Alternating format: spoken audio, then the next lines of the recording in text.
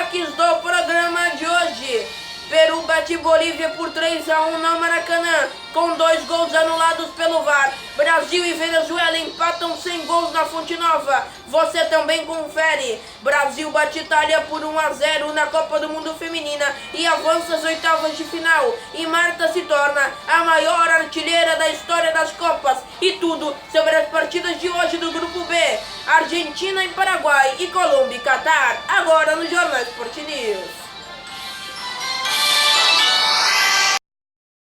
Empatou com a Venezuela por 0-0 na Copa América. Vimos uma seleção vaiada, Fonte Nova lotada, o maior público até aqui da Copa América com jogos do Brasil, pelo menos visualmente assim foi, estádio lotado.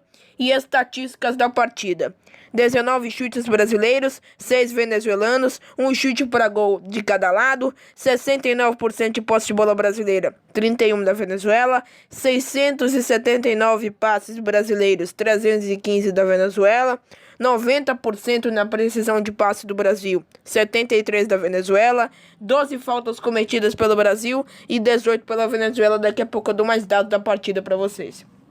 O Brasil começou dominando a partida, indo para cima, colocando pressão na seleção venezuelana. Isso foi importante. O Brasil chegou com intensidade e ficou na maioria das vezes no primeiro tempo, até os 20 minutos, quando a Venezuela começou a ficar um pouco mais assanhada, muito próximo do gol. Aí a oportunidade do David Neres na partida. Agora eu gostaria de criticar o Tite, que ele foi vaiado, e bem vaiado. O Tite, né? A seleção não. A seleção jogou bem, teve 2 gols anulados pelo VAR e 1 por uma falta cometida pelo Roberto Firmino. E falando nele é um motivo da minha crítica. Por que o Tite não tirou o Roberto Firmino? O David Neres estava indo bem, o Firmino foi mal durante todo o jogo e ele não tirou o Firmino. E por que o Cebolinha não foi titular? Jogou contra a Bolívia, entrou e aproveitou a chance que ganhou. E no jogo diante da Venezuela agora, mais uma vez, aproveita a chance que recebe. E aí, o gol do Brasil que foi anulado. Anulado. Vejamos aí novamente o lance e bem anulado pelo árbitro da partida. Aí cruzamento na área e aí a falta do jogador brasileiro. Bem anulada a partida. Aliás, o gol brasileiro. E aí, jogadaça do David Neres, a bola bate. O Brasil dominou todo o primeiro e o segundo tempo. Alisson só teve que fazer algumas defesas pouco complicadas em levantamentos na área da seleção venezuelana. Isso é importante destacar, que eles foram bem na bola aérea. E aí o Brasil, mais uma vez, perdeu muitos gols. A culpa não é só da arbitragem, que foi bem na partida. Agora, no segundo gol anulado brasileiro, há uma dúvida. Esse lance aí, ó. Esse lance aí. Há uma dúvida se o toque do Villanueva é uma nova origem. Aí veja como o estádio estava lotado, todo mundo comemorou. O gol do Gabriel Jesus, que entrou no intervalo no lugar do Richarlison e foi uma boa substituição do Tite. E o toque do Villanueva seria praticamente um passe para o Roberto Firmino. Mas aí a arbitragem considerou gol irregular e, na minha opinião, realmente foi. Agora é mais polêmico o lance aí. Você tá vendo a arbitragem, ele olhou o árbitro de vídeo, voltou, fez o sinal e anulou o gol. Mesmo depois, o Brasil seguiu tentando, dominando, e o Venezuela, apesar de não ter ido bem no ataque, foi muito bem na defesa. Em questão de defesa, ninguém reclama da seleção venezuelana. E o gol do Gabriel Jesus que ele perdeu, hein? Inacreditável. Boa defesa, bem postada da seleção venezuelana. Aí, novamente, o gol do Brasil aos 41 e foi anulado de novo. E bem anulado. É triste falar isso, o Brasil não merecia vaia, jogou muito bem, fez 3 gols. Deu um show de futebol, dominou a Venezuela. A Venezuela marcando muito bem, o Brasil com dificuldade para encontrar espaços, mas jogou muito melhor que a Venezuela. Segue líder do grupo, não deu. 3 gols anulados do Brasil, 2 por impedimento, 1 por falta, mas a seleção jogou bem, na minha opinião, não merece vaias. Quem merece vaias é o Tite. Coletiva do técnico Tite falando após Brasil 0, Venezuela 0 na Arena Fonte Nova. E na última parte a gente tenta isolar para 1 contra 1. O David teve no primeiro tempo, acredito, finalizações, chutou cruzado no início do jogo também. Eu estava do outro lado, uma possibilidade quando trabalhou e traz ele para a inversão. O Everton da mesma forma. Mas são as duas possibilidades. E ele é um aberto e ele é um com presença diária, que eu coloquei anteriormente. Eles faziam linha baixa, o Rondon vinha e tirava o primeiro volante por vezes, deixava os dois zagueiros, a construção de zagueiro também. Da entrada do Ferninho para ter um outro construtor também em cima do Casimiro, que estava com cartão, uma jogada difícil, que ele fazia pivô para os dois de velocidade. E aí como começar a botar volume. Botou volume, mas não teve efetividade, não traduziu em gol. Ainda em cima disso, qual é o teu limite na hora de fazer a troca entre uma troca que mantenha a estrutura da equipe, como foi hoje, e trocas que mudem a cara da equipe, que mudem a maneira da equipe jogar?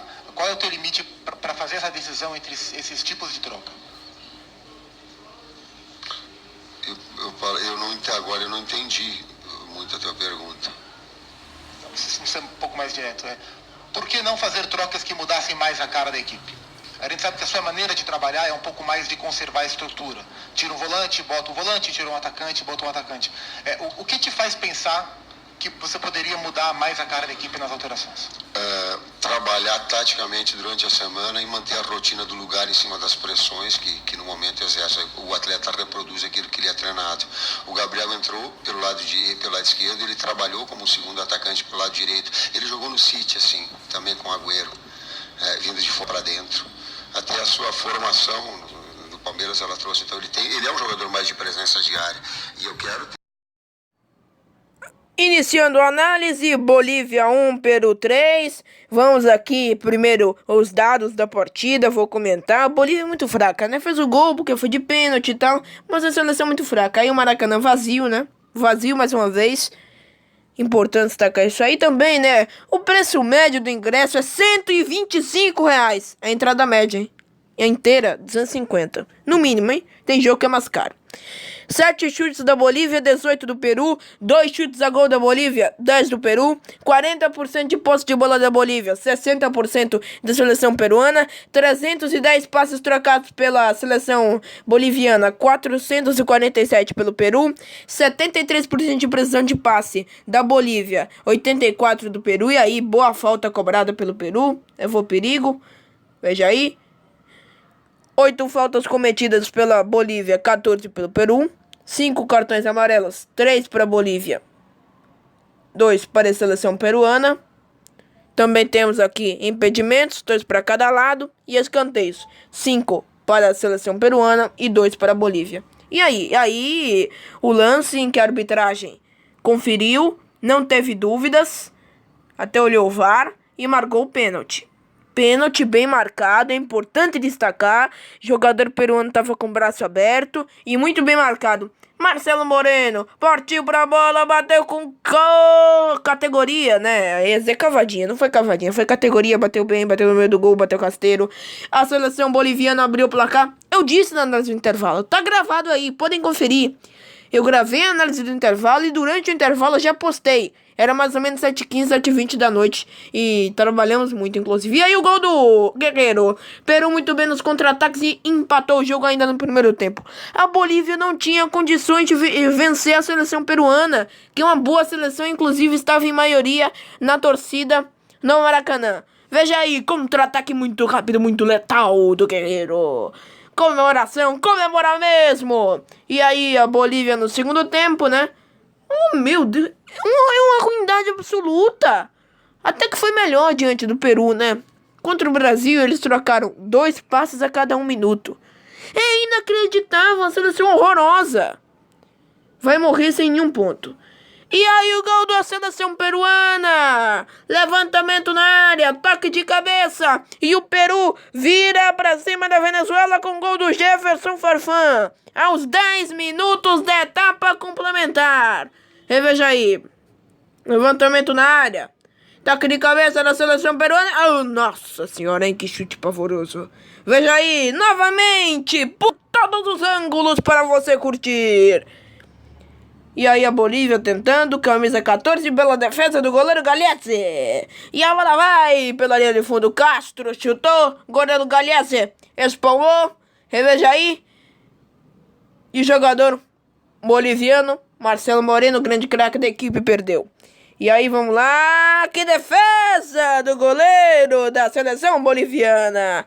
Veja aí, belo chute do jogador peruano na entrada da meia-lua da grande área. camisa 13. E aí vem o Peru. Toque de bola. Batida por gol! Defesa do goleiro peruano. Aliás, do goleiro boliviano. Chute do jogador peruano. Nos acréscimos da partida, já o Peru conseguiu o terceiro gol. O gol da consagração da vitória para cima da seleção boliviana. E aí, que golaço seria, hein? Contra-ataque da seleção peruana. Deixou no chão, bateu, gol do Edinson Flores. Gol do Peru. Que show da seleção peruana. 3-1 para cima da Bolívia.